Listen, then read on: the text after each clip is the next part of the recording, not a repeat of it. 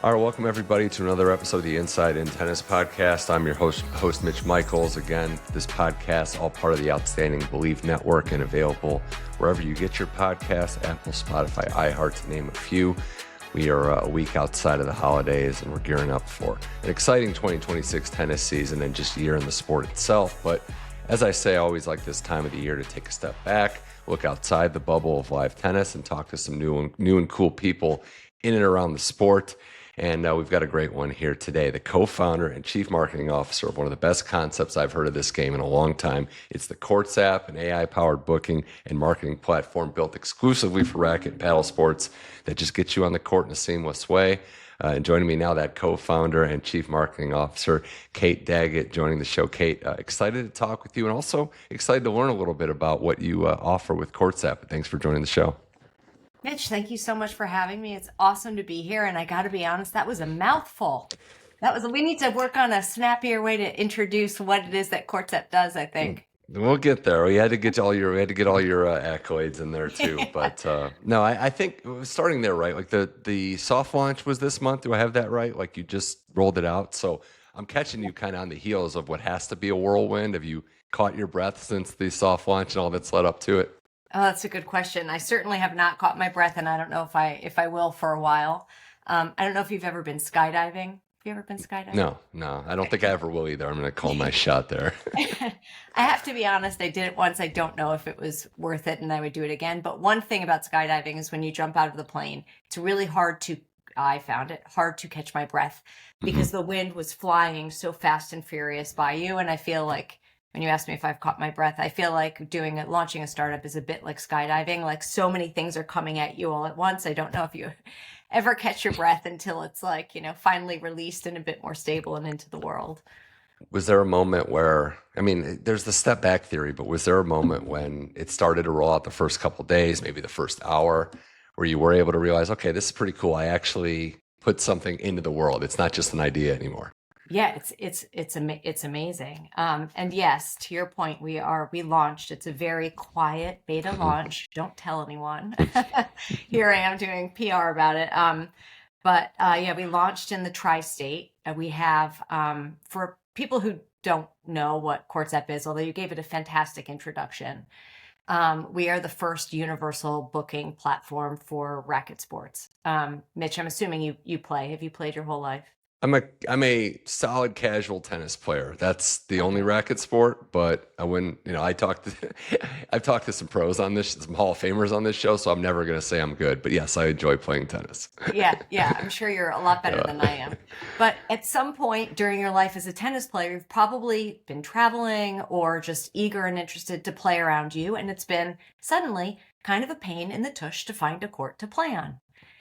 And there's a court right up the street that's hard to get on as well. So I'm thinking of an exact concrete example of this. But yeah, that is why, and I'll let you get back to it, Kate, but that's why I wanted to talk to you, because this is a problem that everybody has. High level tennis players down to people that just want to give tennis a shot is that, and we'll get into the popularity in a second too, but it is such a popular game now. It's even harder than before to get on the court. It is. And as we know, tennis is booming. Pickleball and Padel are the fastest growing sports, full stop, in North America. There's such a huge desire and demand to play, and yet it feels at times like seemingly impossible to find a place to play. And part of that is because there's growing demand, but at the same time, there's also growing supply. Lots of clubs and facilities are popping up all over. But it's really hard to find those courts to play. And so anyone who's been in a WhatsApp group trying to organize a game or a match, or anyone who's going to Google like pickleball tennis courts near me, we are going to solve that friction. There's just too much friction in the system. And so Courtsapp our aim is to put every court online and make it accessible for all players to find and book court space when they want to play at the prices they want to play at.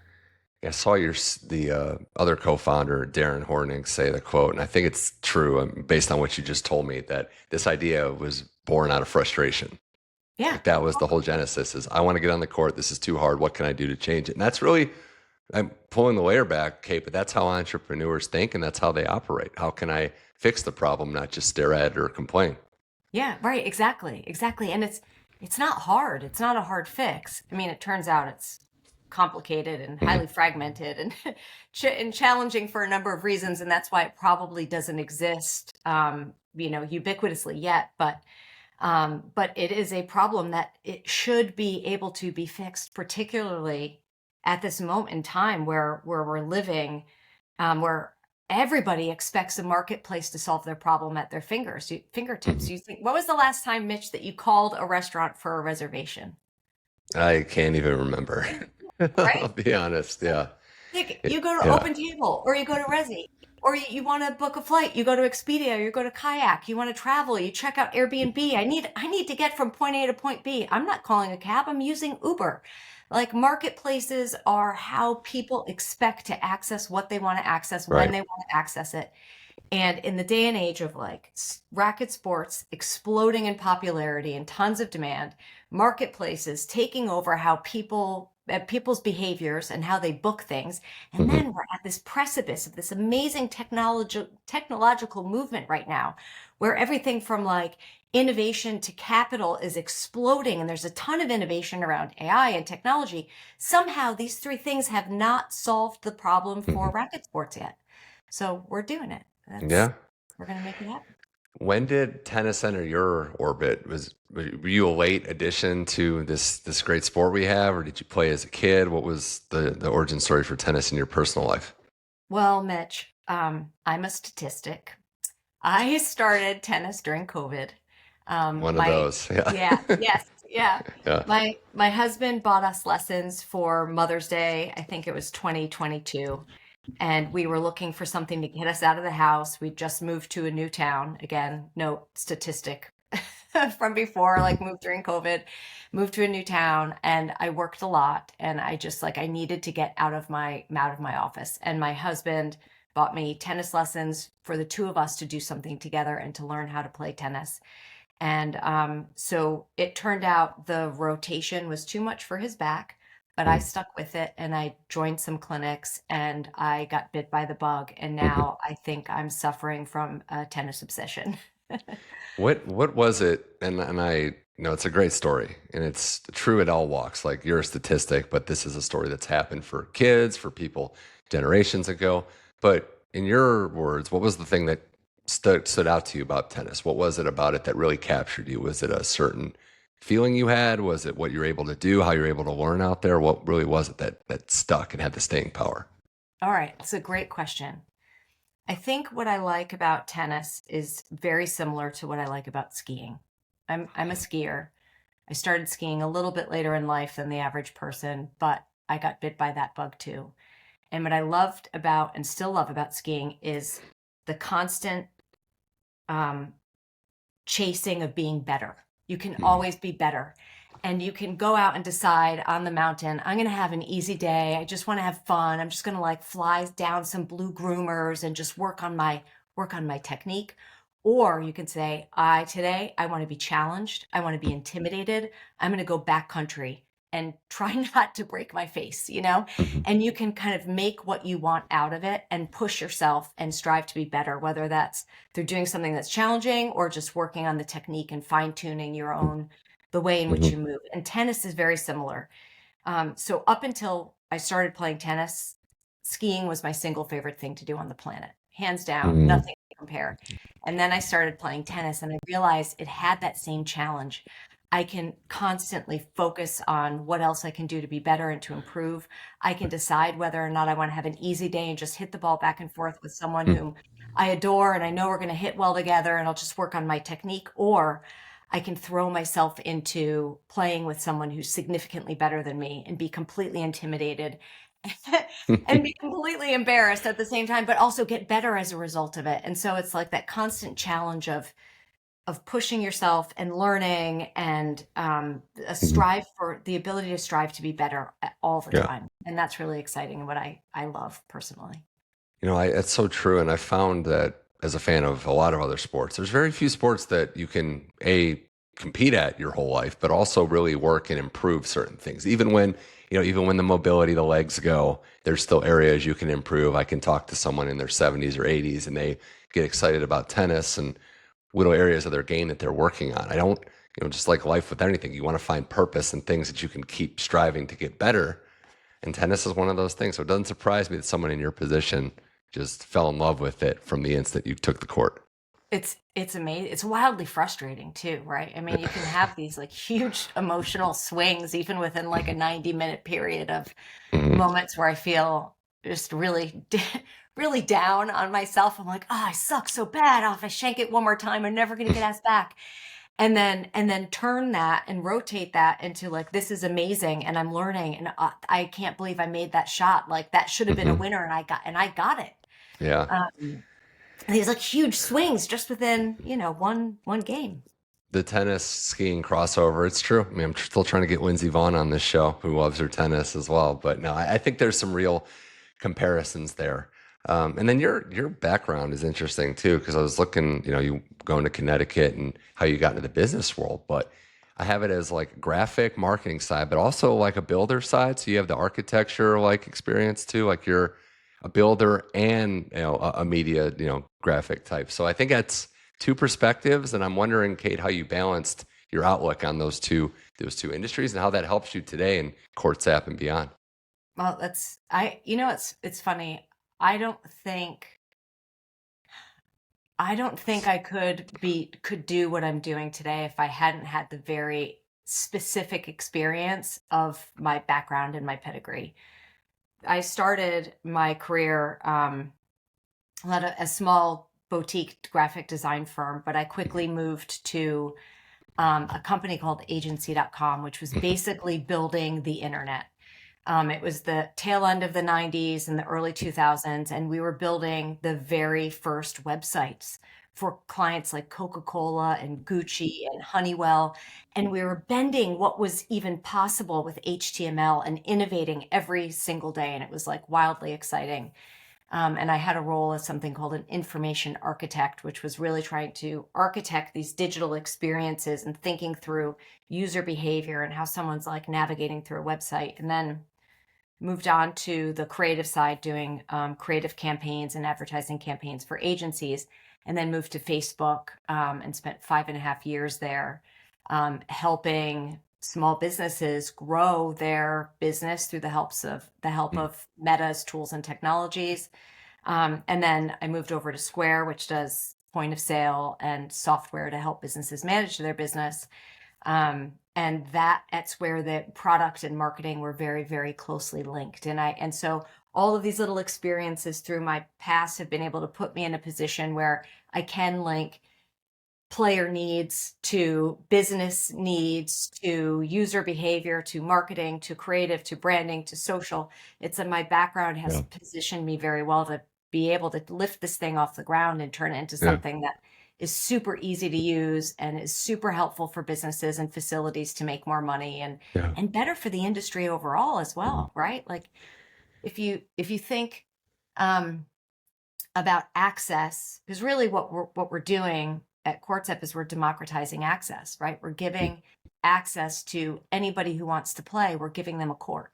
And before, I think it had been, and it still is, because we're not everywhere yet. But it's hard to find a court, and it can be really intimidating. People are afraid to call a club and see if they're allowed to walk in and want to play and who to play with, and the whole thing can be it can be intimidating. So we're democratizing access to courts, and if you believe that access equals participation, then the potential is as big as the sport itself, right? And that's the way that we can protect and insulate these sports from just being fleeting trends, but actually give them longevity and make sure that more people are finding these sports and getting on the court and playing and enjoying it. And so it's good for players, it's good for facilities, and it's good for the sport itself. We got more with Kate Daggett here on the Inside in Tennis podcast, co-founder, chief marketing officer of Courtsapp. It's really doing wonders for the world of tennis. Excited to see it in other states as well. We have the soft launch in December, easy, seamless booking, getting on the court as simple and easy as possible. You said a lot of great stuff there, and I just wanted to ask, as the process starts, Kate, what's step one when it's more than just an idea? What's the first thing in this long, arduous process to get the ball rolling? And maybe what's the most challenging step as well? With the app specifically, Yeah. I mean, there's so much. I think part of it is part of it is just prioritization, right? Because there's so many facets and pieces to it. We have some amazing partners whom we're already working with. Not super relevant to tennis, but similar to USTA or UTR, we have partnered with Duper, which is the global official scoring for pickleball. It's their global rating system. And so we have already struck a deal, and we're going to be working with them on seamless integration. So in Courtsapp, if you're playing a pickleball match, you can put in your scoring and it will sync back to your Duper rating seamlessly. So partnerships are a huge piece of how we get online. The right technological partnerships, the right brand partnerships. And then it's also cadencing is the figuring out the right time when we have enough club coverage and court capacity in a given area to say, players, we're online in your area. Right. Go to courtsapp.com or download us in the App Store or in Google Play, and you will have an epic player experience because there will be a plethora of options right around you. Right. So getting that cadencing right of knowing when we have the right amount so we can start driving players to it. And in New York, so we're a soft beta launch. We're live in New York, Connecticut, parts of New Jersey. And we have about 1,500 courts that are either online or coming online in the tri-state right now over the next couple of weeks as well. So the New York metro area and surrounding areas, I think, will be covered. It's making sure that we can now continue to increase that halo and get more clubs online. And then what's next? And I think it's going to be Florida. I saw that was the rumblings for Florida next. Yeah. So. We have a lot of partners down there. And we'll just be letting people know as we roll out 2026, really big things to come, many new markets. And I'm hoping that will be national by the end of the year. Wow. I saw in New York, I saw McEnroe's club on that list. That's John right. At Randall's Sport Time Randall's Island. Yeah. So it's signature club. So some star power there. Totally. It's a big deal. Yeah. I mean, never before has that happened. Now anyone can play at Sport Time. And I think it's the biggest club in the nation, or maybe even in the world. Am I getting that wrong? I'm not entirely sure, but yeah. And you say some interesting stuff there. The cadence is an important part.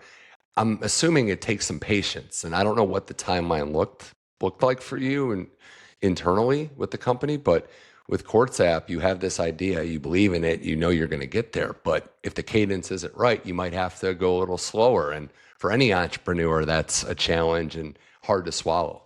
Yeah. It's, I think I have gotten onto a rocket ship. And we are taking off and we're moving really quickly and we're trying to make as much progress as we possibly can. But sometimes some of these relationships are out of our control. Sometimes, things take longer than you expect. And so you're right, like patience is a critical virtue, and recognizing that it's not ever going to be perfect. Perfect is never done. So let's just strive for making the best experience we can for the most amount of players possible at any given time.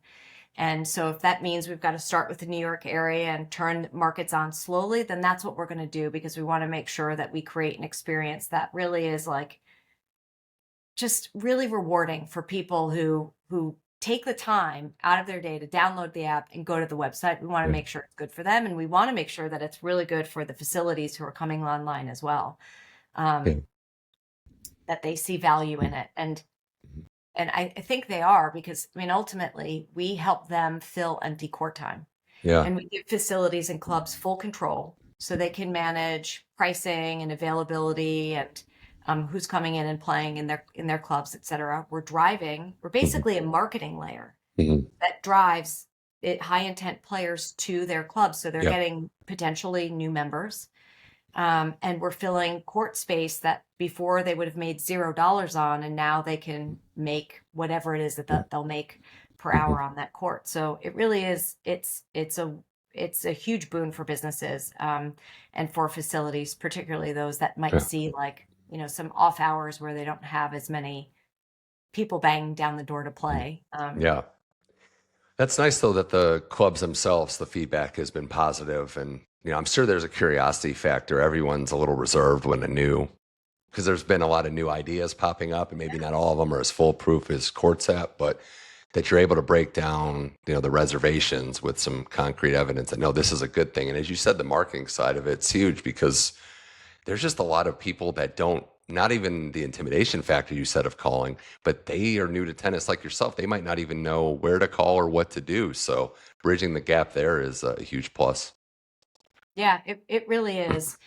I think we make it much more accessible and much more friendly for anyone who is a newcomer, and for the person who's not a newcomer, the expert, the person who's playing, 4 or 5 times a week. We're reducing a lot of friction that they probably experience on a day-to-day basis when they're trying to Yeah. get their feet on a court. This is it. We're not changing the game. We're just changing how easy it is to play the game. Okay. Wow. That's a good one. And I've also seen, like I saw the post, I think it was on LinkedIn, where you're wearing the Courtsapp gear and you're just very passionate about this. Like there's people that work in places and have ideas, but to be fully passionate about it, which I can tell by, everything you're talking about it now and just the stuff you're posting, you really believe in this and are finding purpose, which is another layer of professional success that most people don't get to experience. Appreciate that. Yeah, I'm glad that my passion is palpable. Mhm. It's not very often that you get to do something around a passion. And what's funny is this year I'd spoken to my husband. I'd been working at tech company after tech company. I've been running really hard for a long time, and I was starting to feel a little burned out. And so I talked to my husband. I'm like, Dan, I think I need a little bit of a break. I just it's too much. I feel like I'm not seeing my kids. I want to spend time with them. I want to get good at tennis. I want to paint. I'm a painter and a baker. I want to fill my cup with the things that I love to do. And my husband was so gracious. He's like, Kate, take some time. You've been working really hard. Take the time you need. Find another job whenever. Just take a beat. And so I took about 2.5 weeks, and then I met Dan, and I Two and a met half Darren. weeks. 2.5 Yeah, weeks. That's the beat. that. Okay. Yeah. It wasn't intentional. It was just like the universe sent a sign, right? Right. And I was in tune to it. And I met with Darren. I was like, we have to do this. And it's amazing when you're doing something that you love, that refills your cup. Mhm. That fuels you.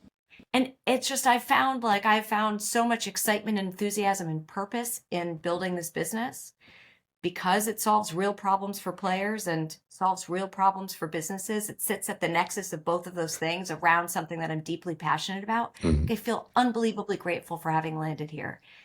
And what's funny is, with tennis, you've got your internal dialogue that happens during a match where you're you can feel like you're the queen of the court or the king of the court, and you can feel like, you're just a joker. Yeah.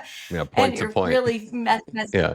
yeah, Yeah. totally, point to point. But I've realized that through playing tennis, you can really trick your brain into manifesting things.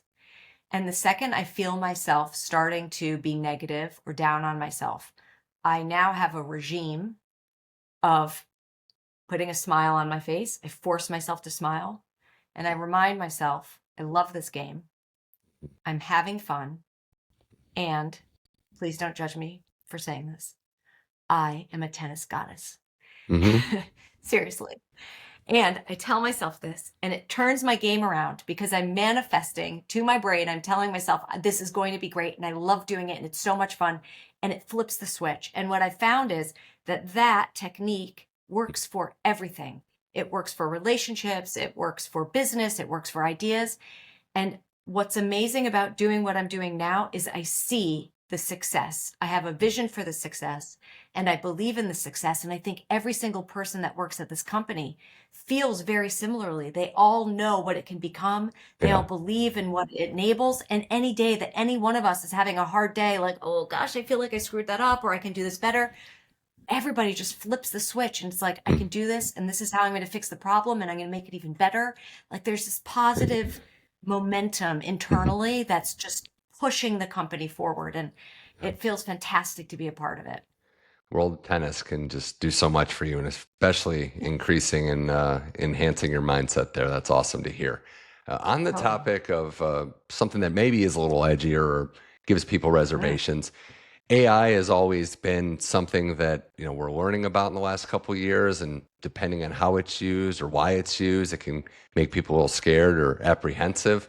What's specifically special about how Courtsapp is leveraging AI in terms of making tennis players more able to book courts and making the game more accessible? How is AI such a valuable asset and piece to this project? It's a really good question. And I will be really excited to come back and tell you more about it in like 4 months, Mitch, along with our Okay. head of AI. But I'll give you a Okay. little sneak peek. So we are developing a proprietary technology that is basically going to have access to all of the inventory and all of the data on Courtsapp, but bring it to players where they are so that they do not have to rely on a website or an app to book, that our AI technology will be kind of everywhere and able to book, attached to lots of Mhm. different channels.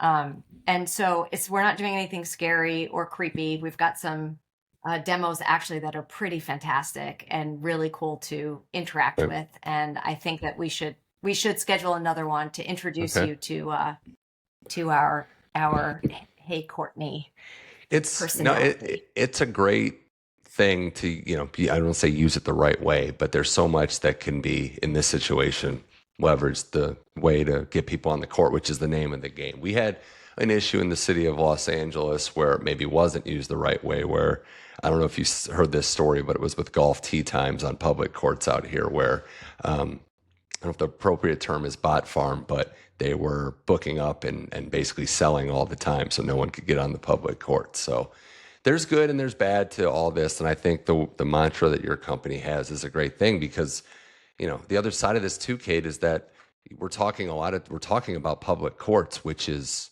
the backbone of this game, especially in this country. You don't, I think tennis has done a great job of getting away from some of the elitist sides of things that new fans, new players, they're going to learn the game on the public court. Some of the future champions are learning the game on the public courts. We got to provide access to these players to just get out there and see if this will stick. So I'm not completely scared of AI. I just, everyone has their reservations for some obvious reasons.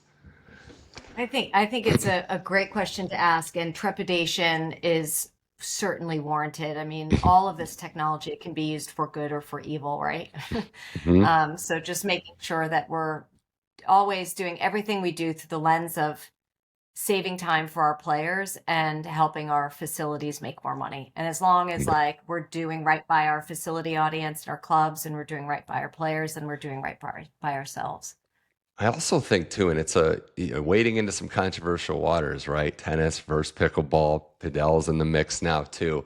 But I think this can be great in terms of just taking the stress and friction, which is the name of the game, right? To just get people on the court, but to kind of take the friction out of the maybe rivalries or combative nature between those two sports, where we can book you on a pickleball court, you can book yourself on a tennis court. You're not competing necessarily for the same real estate, because I know it gets tense talking about it. I think everyone can live in harmony, but I think Courtsapp could be another vehicle to make that happen. Thank you. I agree. In New York City, you're in LA, I'm Mitch? in LA, yes. You're in LA. Okay. In New York during the summer, there are hours long lines for people to play pickleball on the public courts. And the people are waiting in line so long that they're hiring individuals from TaskRabbit to wait in line for them, which then, isn't that crazy? Yeah, that's Which crazy. then creates like this whole etiquette issue and people getting really angry. And I'm hoping that something like Courtsapp can maybe take some of that ease and some of that struggle out of the equation. Um, and make it easier to find other places to play if the court that you're playing on has a 3-hour-long wait requiring a TaskRabbit to stand in line for you. Well, I have to say, this has been great chatting with you about the company. Again, Courtsapp, it's an open table style booking, 150 courts and growing right now in that tri-state area of New York, New Jersey, Connecticut. I saw Florida, and I also saw Maine maybe is on the agenda. We're gonna get it maybe in the Maine area. We have clubs available online in lots of states. Okay. But we might only have, 1 or 2 or 3, it's just a matter of we need to focus on very tight geos to turn on as many clubs as we possibly can in a certain area. And so New York is, we've got a long list of clubs that are either onboarded and available or on their way to becoming available. New York, Connecticut, New Jersey. And then but we have some in Massachusetts. I mean, we've got them sprinkled everywhere, but I think that next saturation of courts and clubs that become available will be likely in Florida. Okay. And we're just going to continue to, grow from the epicenter and continue to add on. And I hope that people are excited about us coming to their area because we're thrilled to bring it.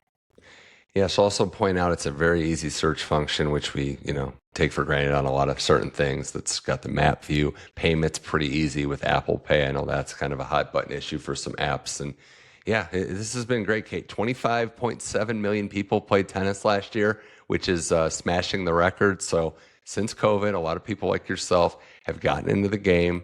We want to make it very easy to get them on the court and learn and take tennis at their own pace. I think this will do it. So I'm excited to see where it goes. And if you have any other ideas or any other thoughts going forward, a parting shot, I'm more than happy to hear it.